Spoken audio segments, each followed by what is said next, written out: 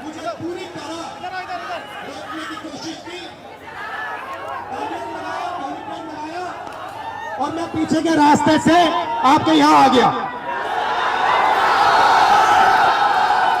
देखिए, दलित, पिछड़ा वर्ग, अति पिछड़ा वर्ग, आदिवासी वर्ग, आपके खिलाफ इस देश में 24 घंटा अत्याचार होता है।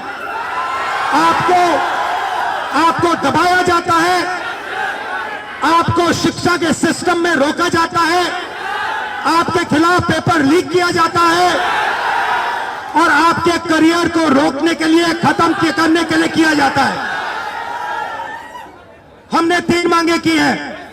सबसे पहले जाति जनगणना, सही तरीके का जाति जनगणना जो हमने तेलंगाना में किया। दूसरी बात, कानून, हिंदुस्तान का कानून है कि प्राइवेट कॉलेजेस और यूनिवर्सिटीज में आरक्षण होना चाहिए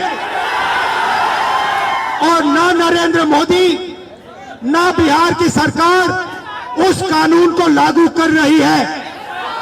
इसीलिए हम उन पर दबाव डालेंगे और जब तक, मैं बता रहा हूं, जैसे मैं यहां आया हूं ना, रोक नहीं पाए, वैसे ही नहीं रोक पाएंगे जब तक इन्होंने प्राइवेट इंस्टीट्यूशंस में रिजर्वेशन नहीं किया, तब तक हम आगे बढ़ते जाएंगे, लड़ते जाएंगे। क्योंकि आप 90% हो, आप अपनी स्ट्रेंथ समझो। आपको भटकाकर, डराकर, दबाकर, आपके ध्यान को इधर उधर करके आपको रोका जाता है। इस देश में आपके लिए कोई जगह नहीं है। 90% के लिए इस देश में कोई रास्ता नहीं है। आप ब्यूरोक्रेसी को देखो, सीनियर ब्यूरोक्रेसी में आपके कितने लोग, 0।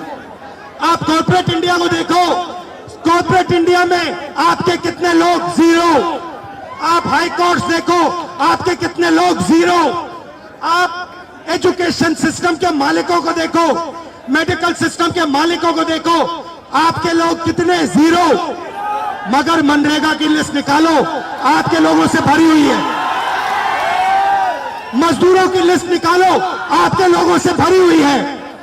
सारे के सारे कॉन्ट्रैक्ट्स, सारा का सारा धन 5-10% के हाथ में जाता है और आपको उल्टी सीधी बात बताकर आपके ध्यान को इधर उधर कर दिया जाता है। आपको एक साथ खड़ा होना है और 3 मांगे हैं। पहली मांग जाति जनगणना, दूसरी मांग प्राइवेट इंस्टीट्यूशंस में, प्राइवेट स्कूल्स और कॉलेजेस में रिजर्वेशन, अति पिछड़ा का, ओबीसी का, दलित का, आदिवासी का। तीसरी बात, SC ST सब प्लान, जो आपका पैसा है, जो आपको नहीं दिया जाता है, आपको वो दिया जाना चाहिए।